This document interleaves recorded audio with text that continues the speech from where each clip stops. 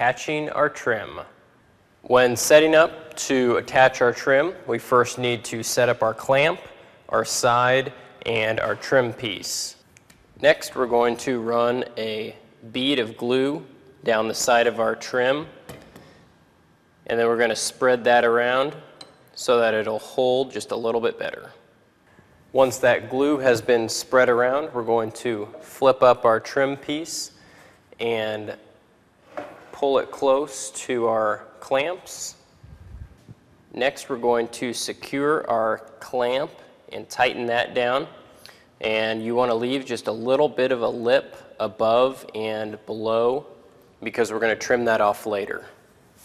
After that, we're going to put a couple pin nails in place